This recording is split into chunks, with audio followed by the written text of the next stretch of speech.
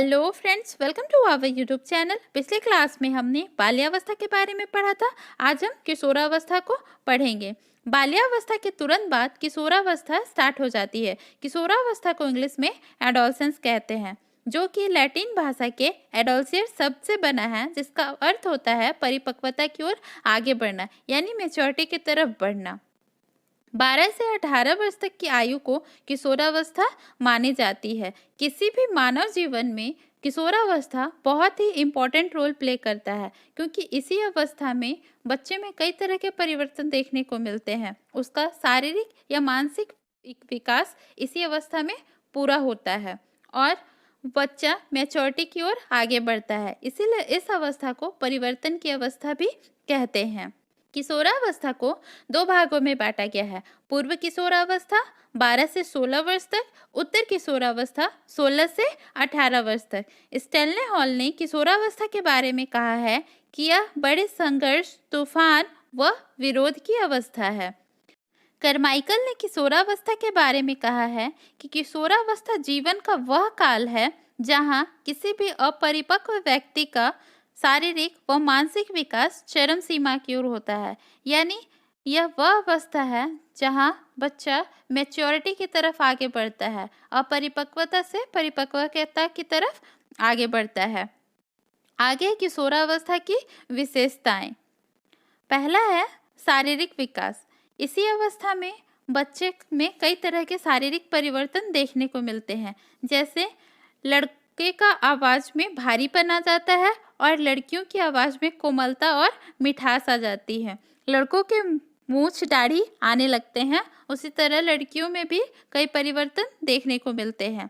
आगे है बुद्धि का अधिकतम विकास। इस अवस्था में बुद्धि का अधिकतम विकास हो चुका होता है। इसलिए बीएन झा का कहना है कि किशोरावस्था में बुद्धि का विकास चरम सीमा तक पहुंच जाता है। उसके बाद है भाषा का विकास। इस अवस्था में बच्चे का भाषा विकास भी हो चुका होता है। उससे अपनी बात कैसे रखनी है, किसी और के सामने कैसे बोलना है, अपने बातों विचारों को कैसे अभिव्यक्त करना है, यह उसे बहुत अच्छे से आ चुका होता है। इस अवस्था में लगभग 5000 से 6000 शब्दों का ज्ञान हो चुका होता है। उसके बाद है सामाजिक विकास। इस अवस्था में बच्चे का सामाजिक परिवेश बहुत अधिक बढ़ जाता है, क्योंकि वह स्कूल से कॉलेज में जाता है और उसका वातावरण परिवर्तित होता है। वह समायोजन सीख लेता है, उसे कैसे इस वातावरण में ढलना है वह सीख जाता है। नेक्स्ट है संवेगात्मक विकास। इस अवस्था में बच्चा बहुत ही भावुक होता है। उनके इमोशंस में बहुत जल्दी परिवर्तन देखने को मिलते हैं। अगर वह किसी बात को लेकर एक्साइटेड है तो वह खुश दिखेंगे, और अगर आपकी कोई भी बात उन्हें बुरी लगी हो तो उन्हें गुस्सा आ सकता है, वो चिड़चिड़े हो सकते हैं या उदास भी हो जाते हैं। आगे है विषमलिंगी भावना का विकास। इस अवस्था में बच्चों को दोस्त बनाना बहुत ही अच्छा लगता है। खास करके लड़के लड़कियों से फ्रेंडशिप करना चाहते हैं और लड़कियां लड़कों से फ्रेंडशिप करना चाहते हैं। नेक्स्ट है स्वतंत्रता व विद्रोह की भावना। इस अवस्था में बच्चे स्वतंत्र रहना पसंद करते हैं, अपनी मर्जी से जीना चाहते हैं। अगर कोई उन्हें रोकता है, टोकता है, तो यह उन्हें बिल्कुल पसंद नहीं आता, वह उनका विरोध करते हैं। आगे है काम प्रवृत्ति में परिपक्वता। इस अवस्था में काम प्रवृत्ति तीव्र हो जाती है, उनमें मेच्योरिटी आ चुकी होती है। नेक्स्ट है व्यवसाय और भविष्य के प्रति चिंता।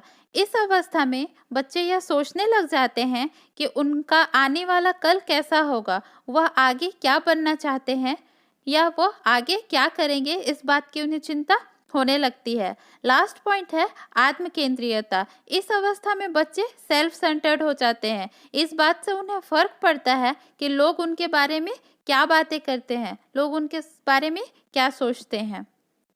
आगे है किशोरावस्था के उपनाम। तो आइए देखते हैं किशोरावस्था को हम और किस नाम से जानते हैं। स्टैनले हॉल ने किशोरावस्था को संघर्ष एवं तूफान की अवस्था कहा है। किलपैट्रिक ने जीवन का सबसे कठिन काल कहा है। वैलेंटाइन ने घनिष्ठ मित्रता की अवस्था कहा है। स्टैनले हॉल ने किशोरावस्था को एक नया जन्म कहा है। इसे उथल पुथल की अवस्था भी कहते हैं। इसमें बहुत सारे चेंजेस देखने को मिलते हैं, इसलिए फिर वसंत ऋतु की आयु भी कहते हैं, परिवर्तन की अवस्था भी कहते हैं और स्वर्णकाल भी कहते हैं। इस बात को याद रखिएगा कि शैशवावस्था को जीवन का आदर्श काल कहते हैं, बाल्यावस्था को जीवन का अनोखा काल कहा जाता है, जबकि किशोरावस्था को जीवन का स्वर्ण काल यानी गोल्डन एज। आज के लिए बस इतना ही। अगर आपको ये वीडियो अच्छी लगी हो तो इस चैनल को लाइक, शेयर और सब्सक्राइब करना ना भूलें। Thank you.